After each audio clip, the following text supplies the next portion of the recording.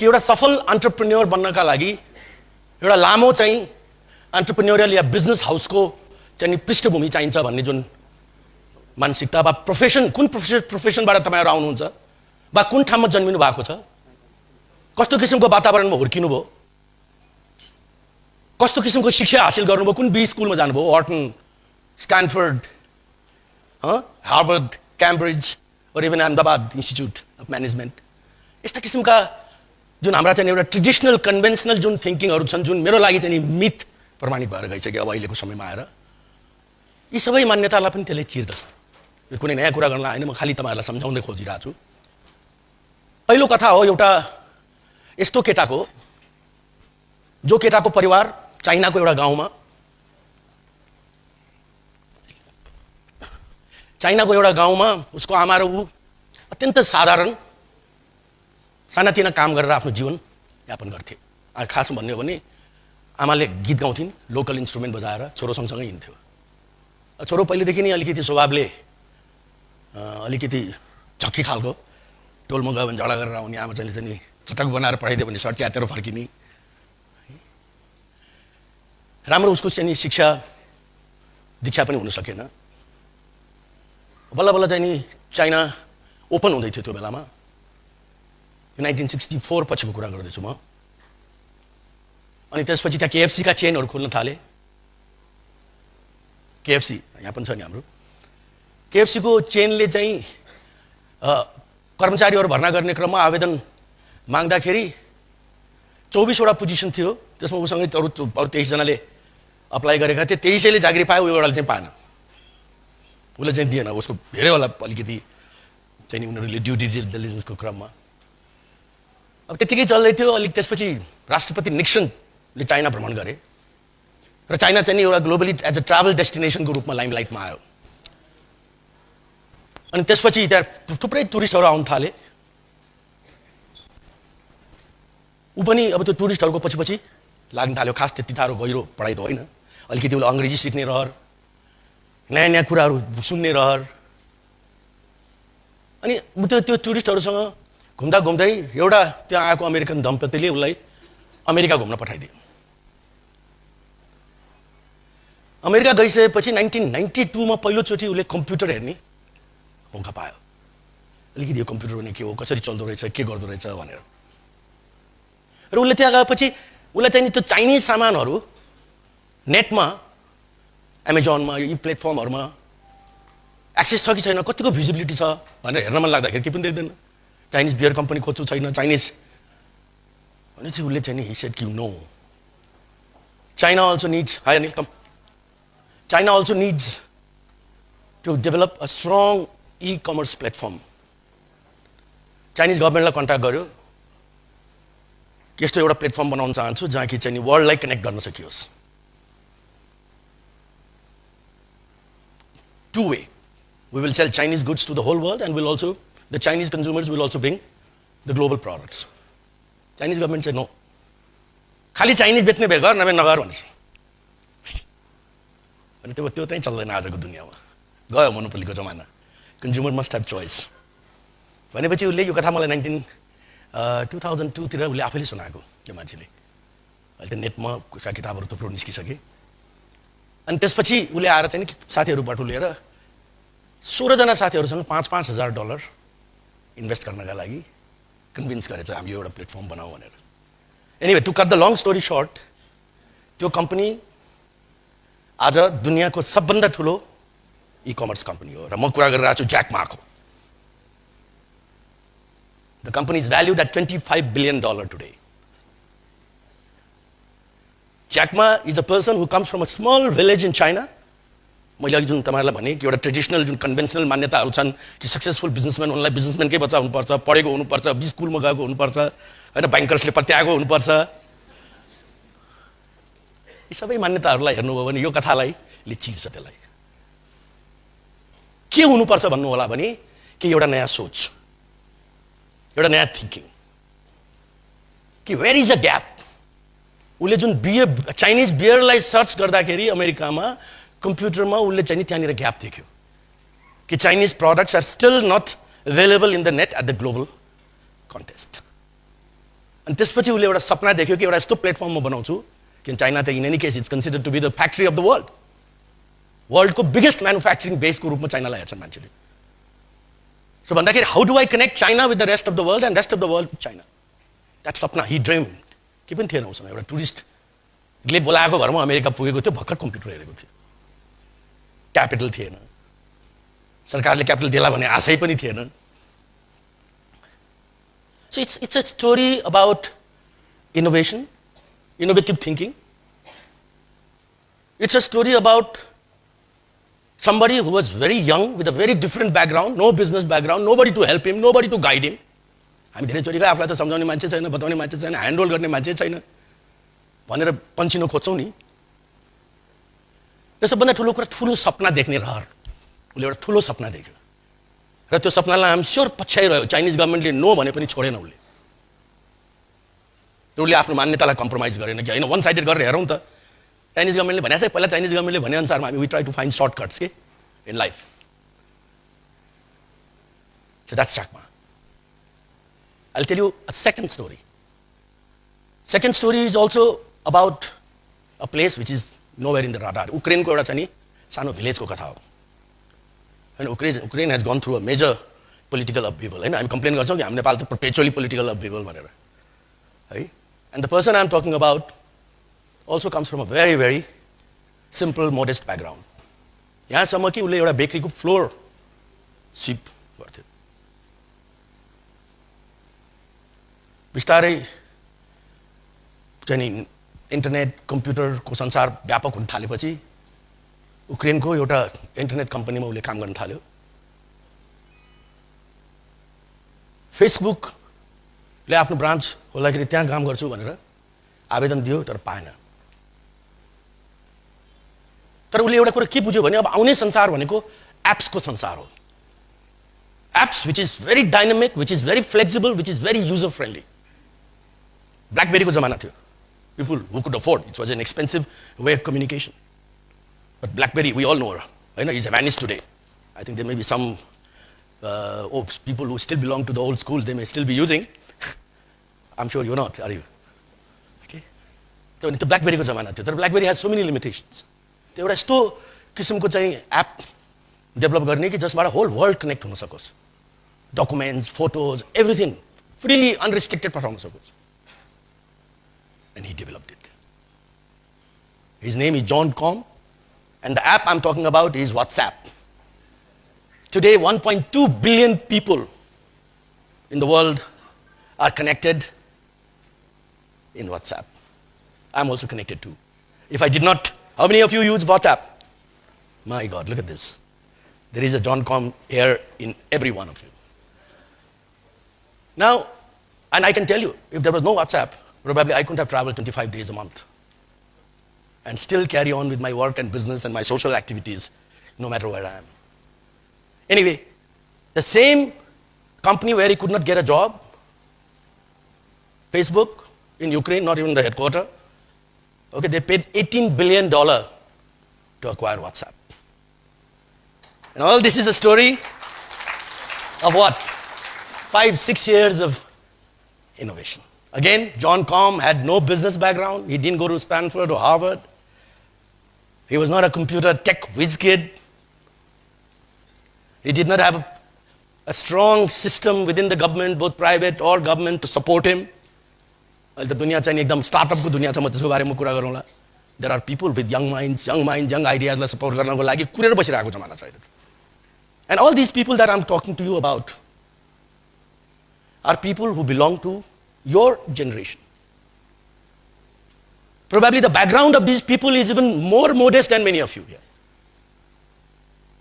In terms of the support that you are getting from your family, your own self, in terms of the education that you've had, in terms of the exposure that you've had. किनकि आजको दुनियामा एक्सपोजरको त झन् पहिले त्यो बेला भन्दा पनि jack माले देखेको छ नि 1992 को कम्प्युटरको संसार, नेटको संसार, गुगलको संसार भन्दा पनि आज फरक छ नि त। अब तेस्रो कथा बताउँछु एउटा। तेस्रो चाहिँ काठमाडौँकै कथा हो। अब काठमाडौँको त्यो रैथाने चोकमा एउटा सानो एउटा मान्छे जन्मियो, बालक। र ट्रेडिसनल ऊ चाहिँ अलिकति ट्रेडिसनल फ्यामिली बिजनेस फ्यामिलीबाट आउँथ्यो तर अलिकति ट्रेडिसनल किसिमको बुवा कपडाको बाजे कपडाको व्यापार गर्नुहुन्थ्यो भारतबाट कपडा ल्याउने बुवाले जापानबाट ल्याउनु थाल्नु एउटा सानो सानो त होइन त्यो बेलाको राम्रै डिपार्टमेन्ट स्टोर खुल्यो ल यसलाई चाहिँ नि सम्हालेर यसले बस्यो भने पनि बहुत ठुलो काम हुनेवाला छ भन्ने आश लिएको बुवाको सपना तब चकनाचुर भयो जब उसले त डिस्को खोल्छु भनेर लाग्यो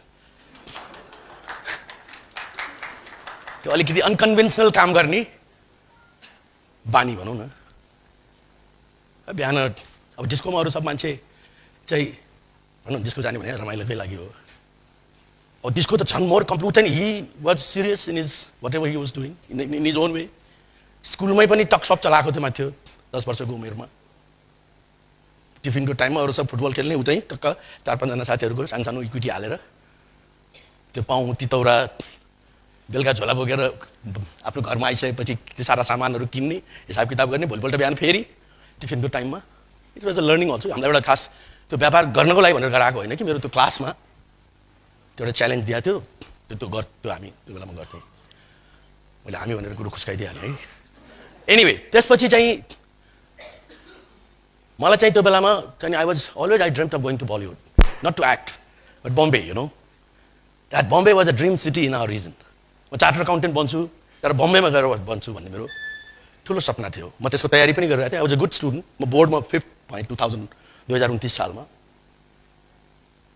त्यसपछि बम्बे जान तयारी गर्दा गर्दै बुवालाई हार्ट प्रब्लम भयो त्यो बेला जमाना कस्तो थियो भने हार्ट प्रब्लम भइसकेपछि मान्छेलाई आज जस्तो होइन गयो बाइपास गर्यो 5 दिनमा त मान्छे ब्याक टु वर्क अब चाहिँ now your dad has to live a completely restricted life he probably can't come back in business was the advice given to me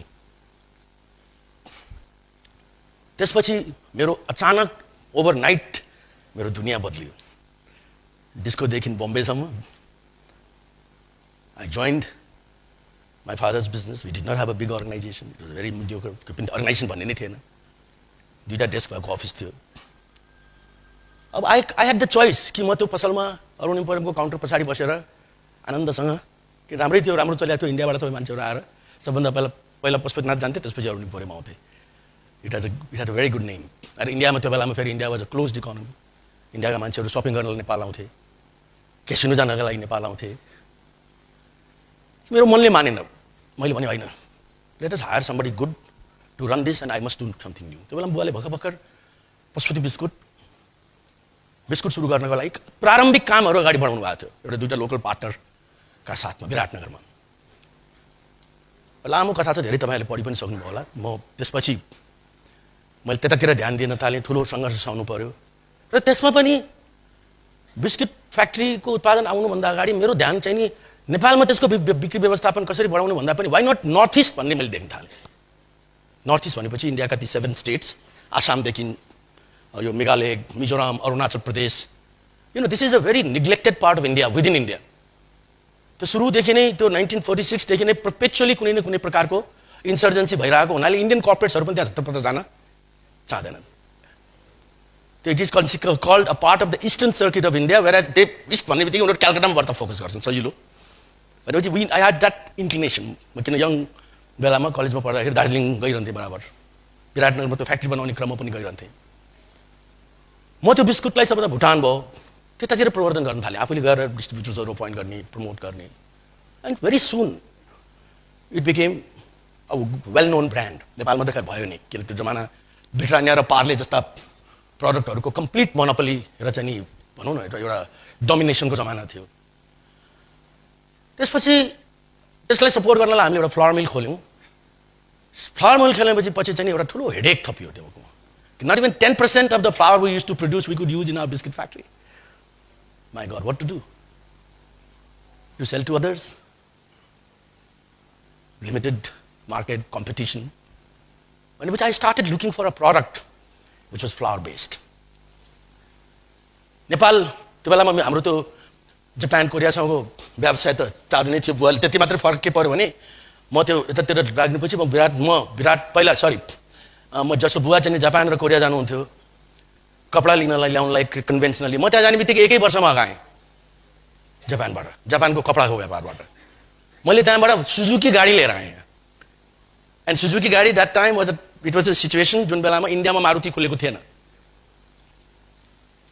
र सुजुकी कम्पनीले अर्को के गर्यो भने यो त कपडाको व्यापार गर्ने भर्खरको ठिटो सुजुकी गाडीको डिस्ट्रिब्युसन गर्छु भन्छ ल यसलाई चाहिँ दिन त दिनु पर्यो मैले पनि विभिन्न तिडम लगाएँ त्यहाँनिर कन्भिन्स गरेँ सम्झाएँ त 4वटा अरू डिस्ट्रिब्युटर जुनाइदियो मेरो साथमा कि यो 5 जनाले तिमीहरूले 6 महिना फ्रीली कम्पिटिसन गरेर whoever sells the most will get it भनेर हेर्नुहोस् है एक त कम्प्लिटली न्यू त्यो 6 महिनाको टाइम झुनाइदिएको छ त्यसमाथि 4वटा कम्पिटिसन झुनाइ भाइ कति how much of time are you giving me रिलिजी or how much of time unlimited and you tell me when you get bored right okay so अनि त्यसपछि आएर घर घर चिनेको सबै जान मान्छेहरू नाथा गोता सबलाई एउटा गाडी लिदिनुस् भाइ बरु 6 महिनापछि फिर्ता किन्नु पर्यो मै किन्नुला भनेर 80,000 रुपैयाँमा गाडी बेच्छु 800 cc को सानो so anyway then when that led to Panasonic which became a national issue in the politics in parliament सम्म पनि not that there was anything wrong people didn't want to listen to radio or radio cassette but the problem was it was linked to politics like everything else in our country and the politics ले धेरै त्यसको अर्कै पृष्ठभूमि चाहिँ म त्यता जान चाहन्न त्यसपछि म यही क्रममा ट्राभल गर्ने क्रममा आउँदाखेरि त्रिभुवन अन्तर्राष्ट्रिय विमानस्थलको ब्यागेज बेल्टमा जहिले पनि कार्टुनहरू देख्थे चाउँछु त्यो बेलामा थाईको फ्लाइट चलिसकेको थियो नेपाल एयरलाइन्स पनि जान्थ्यो ब्याङ्कक थाई इन्टरनेसनल पनि नेपाल आउँथ्यो नेपालीहरू जान थालिसकेको थिए पहिला त्यो बेलामा इन्डियाभन्दा बढ्ता नेपालमा सक्नेहरू चाहिँ मेडिकल पर्पजको लागि ब्याङ्कक जान्थे अनि आई स्टार्टेड सिइङ कि this amazing what is this भन्दै these are Thai instant noodles and everybody, all Nepalese who go there, they love it. That was the simple message. I immediately got the idea. I have flour. Here there are people who love it. And they're Thailand, which is not too far. Next, I took a flight, went and met that company and somehow pleaded, let's do a joint venture. No, not in Nepal. Well, let's do a collaboration. No. Then please come and visit and help me. And when the honor came, I took him around. 2 दिन बडा उसको चाकरी साकरी गरेर उसलाई जसरी भन्छ चित्त बुझाउँला भनेर बुझाएर लास्टमा त यो त यहाँ चल्नेवाला कामै होइन म त गर्दैन तिमी पनि नगर भनेर सल्लाह दिन्छ बाबालाई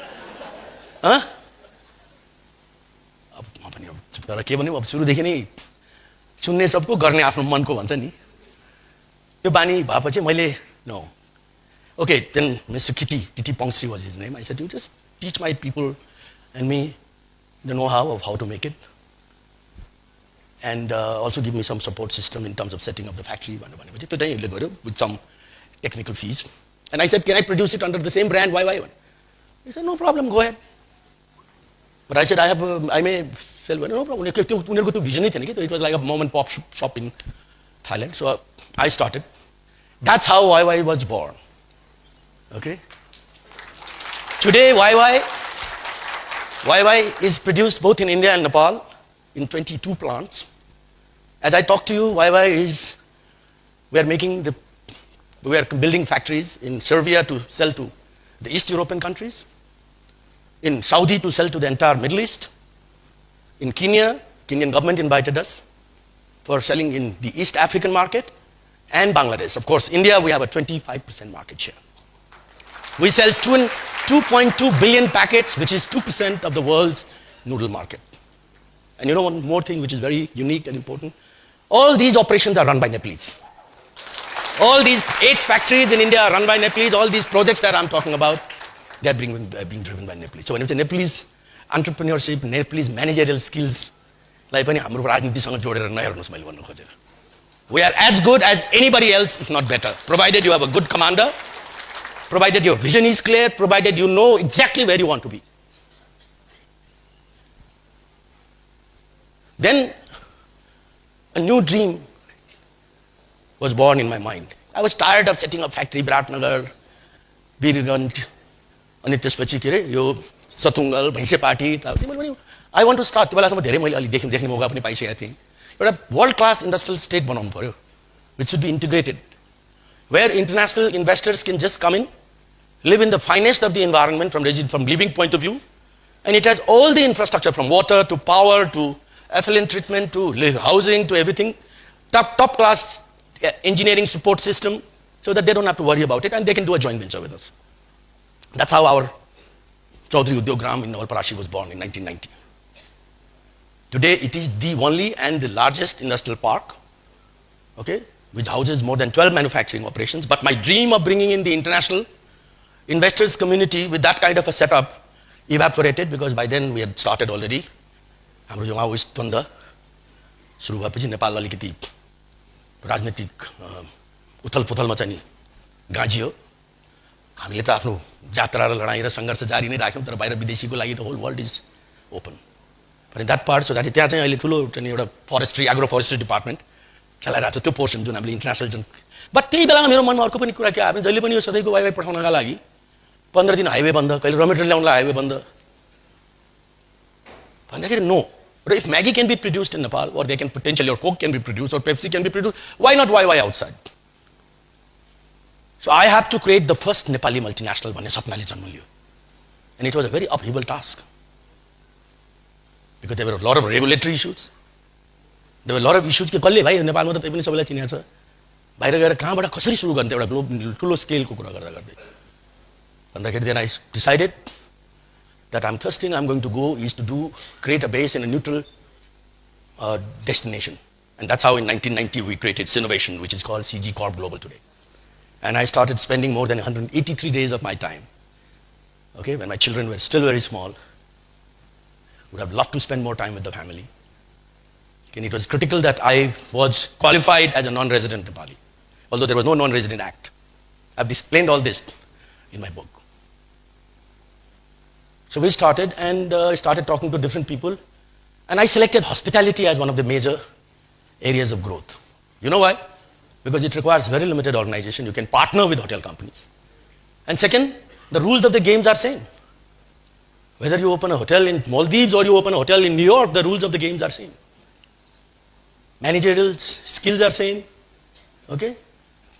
By and large, guest profile, the way you market your product is same, etc., etc. I don't want to get into the detail. I partnered with Taj.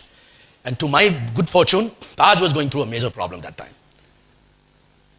So we negotiated in today's context, it may sound not that easy, but somehow we negotiated a pretty equitable kind of a partnership. Somebody from Raithani toll of Kathmandu with textile deep background did a 50-50 joint venture with Taj to transform their hotels in Maldives and Sri Lanka. Today we are the largest partner of Taj with a number of wildlife safaris, including the one which we opened recently in Megholi. Starting from, and the Taj Asia has grown. It's there in Malaysia, it's in Thailand, in Phuket, it's under construction. And we subsequently decided to go on our own under different brands. Zinc is one of them. And we also started to partner with other brand companies. So today we run or own or partner more than 90 hotels worldwide. All the way from New York to India to Dubai and Africa. Africa we are opening next week. You must have seen in the media. Taj in Dubai is under construction. Anyway, our dream, our target, the task that we have entrusted to the hotel team of our group, including our partner, is to build 200 hotels by 2020. Again, it may sometimes sound like a joke. 200 hotel त्यो पनि 2020 मा त्यही हो जीवनको सारांश भनेकै सपना देख्ने हो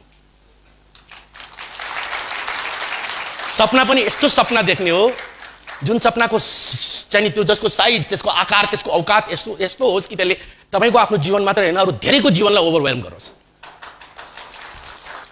रिसोर्सेसको बारेमा सोच्ने हैन रिसोर्सेस विल फलो यु